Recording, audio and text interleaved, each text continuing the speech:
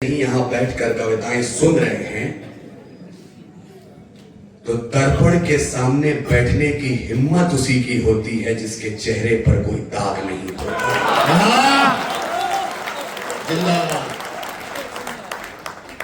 विधायक हो या मंत्री, हमको गद्दार दिखाई देता है। ये मैं इसलिए बोल रहा हूं क्योंकि हमने विश्व के सबसे बड़े लोकतंत्र भारत की 18वीं लोकसभा में एक निर्वाचित सांसद को शपथ ग्रहण के दौरान जय फिलिस्तीन का नारा लगाते हुए देखा है। मैं उनमें से नहीं हूं कि शीश काटकर लटकाने की बात कर दूं। आदरणीय आप यहां हैं, मैं संविधान के दायरे में रहकर बोल रहा हूं। लेकिन अगर हैदराबाद से आवाजें उठती हैं कि 10 मिनट के लिए पुलिस हटाइए, 5 मिनट के लिए पुलिस हटाइए, ये संविधान के विरुद्ध है। और संविधान के विरोध में जो भी हो उसका विरोध करना हमारा धर्म है, चाहे वो हिंदू हो या मुसलमान। लोकसभा जब गूंज रही हो फिलिस्तीन के नारों से, गैर देश की जयकार उठी हो संसद के गलियारों से, अरे रोज जो हमको धमकाते हैं कानूनी परिधान से, उनकी छाती पर जय भारत लिखिए संविधान से, लिखिए संविधान से। ये मैंने लोकसभा की बात की। राज्यसभा में खड़े होकर कोई व्यक्ति ये बोलता है कि इस देश का एक विकास पुरुष, इस देश का एक शौर्य पुरुष महाराणा सांगा गद्दार थे। पूरे देश की सियासत मौन रह जाती है। ये कलम की परंपरा है, अपना विरोध दर्ज कर रही है। कौन थे महाराणा सांगा? मुझे नहीं मालूम ये पंक्तियां कितने लोगों तक पहुंचेंगी, लेकिन मैं प्रयास कर रहा हूं, मेरा मन रखिएगा। भारत मां के स्वाभिमान पर अब तक चलती आ रही है संग्राम नाम के राणा का संग्राम अभी तक जारी है। मेवाड़ का वो महाराणा हिप्पातों में अंगारा था, 100 युद्ध लड़े थे जीवन में, एक नहीं जो हारा था। बेशर्म सियासत ने भारत का वो शौर्य पुरुष धिक्कारा है। चंद सियारों के बच्चों ने बबर शेर ललकारा है। जो बोल रहे हैं महाराणा ने, जो बोल रहे हैं सूरज ने, अंधेरे उपजाए हैं। जो बोल रहे हैं महाराणा बाबर भारत लाए हैं। जो बोल रहे हैं कि मेवाड़ धरा ने गद्दारी का ऐलान किया था। जो बोल रहे हैं रेगिस्ताने समंदर का आह्वान किया था, वो भूल गए हैं किसके दम पर केसरिया झंडा गड़ा हुआ था। पुरखे उनके जिंदा थे क्योंकि रण क्षेत्र में राणा खड़ा हुआ था। ये सारी बातें मैंने आपको इसलिए बताई क्योंकि आपको सिर्फ ये ना लगे कि कवि सम्मेलन में प्रेम, वियोग, मां, आंसू यही बातें होती हैं।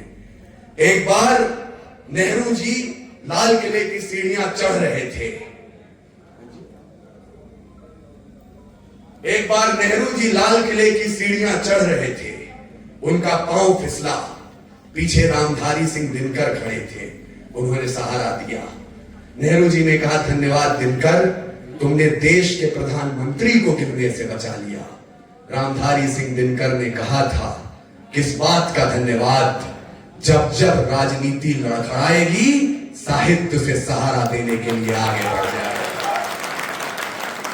मुझे अफसोस इस बात का है कि जिस देश को हिंदू, मुसलमान, सिख, ईसाई सबने मिलकर आजाद कराया, आज हम उस देश को देखते हैं तो किसी एक वर्ग की पहचान कर ली जाती है और चिन्हित कर दिया जाता है कि ये कौम भारत से प्यार नहीं करती।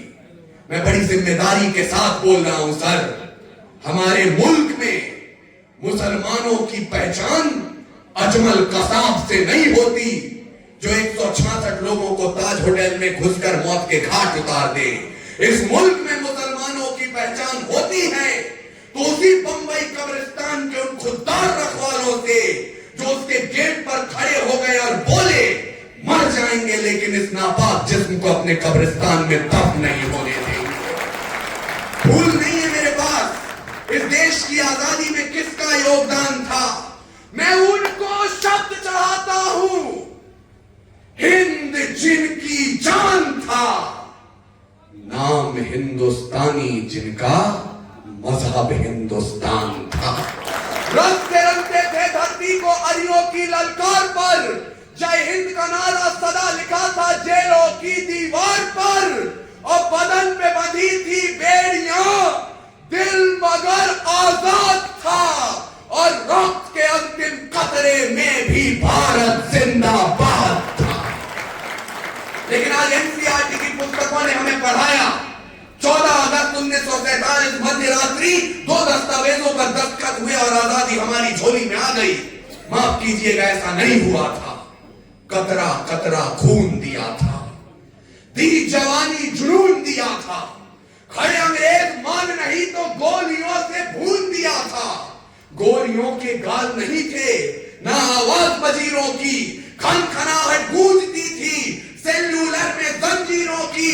राजनीति से मिली नहीं है, नहीं खरीदी पैसों से, सौदा लहू के मोल हुआ था भगत से इन जैसों से, और माओ ने गोली खाई थी बेटे लटके फंदों पर।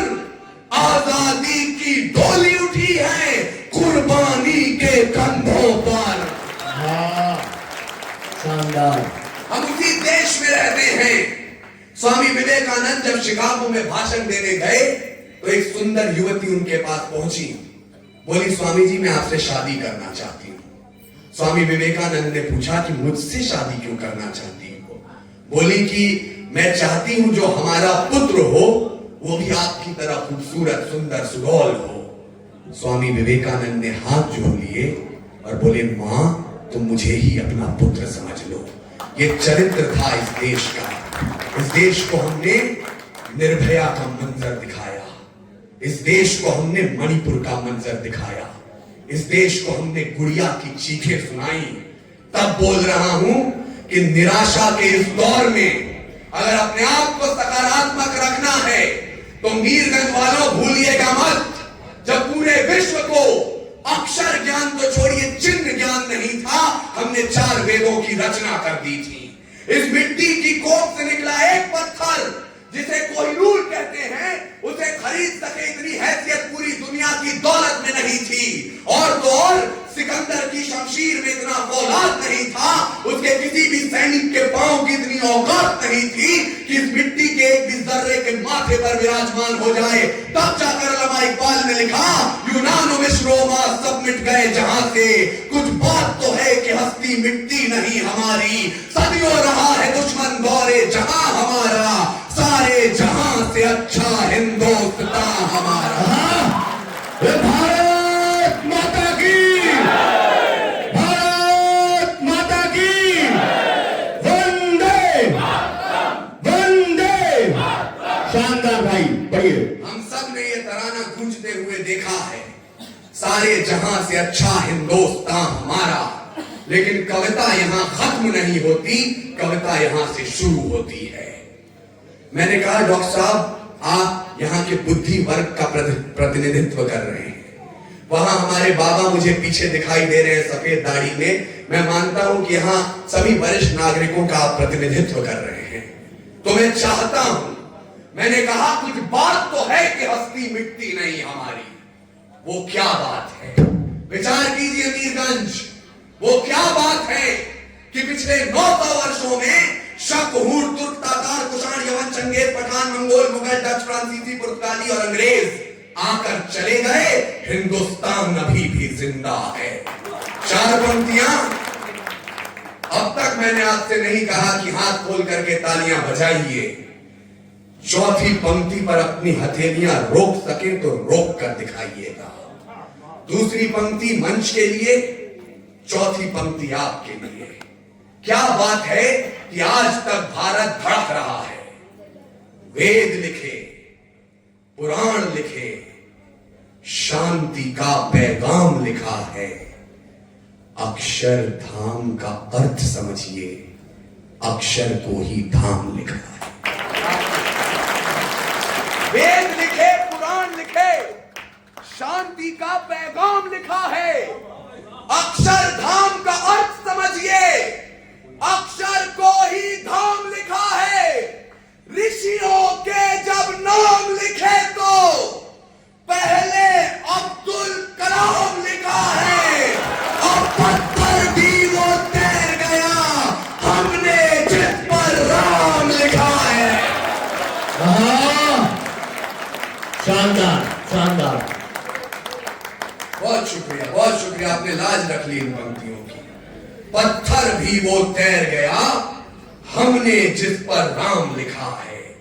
लेकिन हमने आजादी के 78 वर्षों के इतिहास में देश को यह नहीं सिखाया कि आहूत समय अब नहीं करेंगे मार्गदान की आशा में, सागर से हम बात करेंगे राम धनुष की भाषा में। हमने देश को सिखाया तो राम और रहीम के नाम पर लड़ना, जबकि रामायण के बाद कहीं विनोद भट्ट कहते हैं कि जब लंका की तरफ पुल का निर्माण हो रहा था, पत्थरों पर राम लिखा जाता था, पत्थर तैर जाते थे। ये बात जब लंका में पता चली तो लंका की जनता रावण के पास पहुंची और बोली कि सुना है बहुत ताकतवर राजा आया है, उसके नाम के तो पत्थर समंदर में तैर रहे हैं, आप भी पत्थर तैरा कर दिखाइए। रावण समंदर के तट पर गया, पत्थर पर रावण लिखा, उसे पानी में छोड़ा और पत्थर तैरा।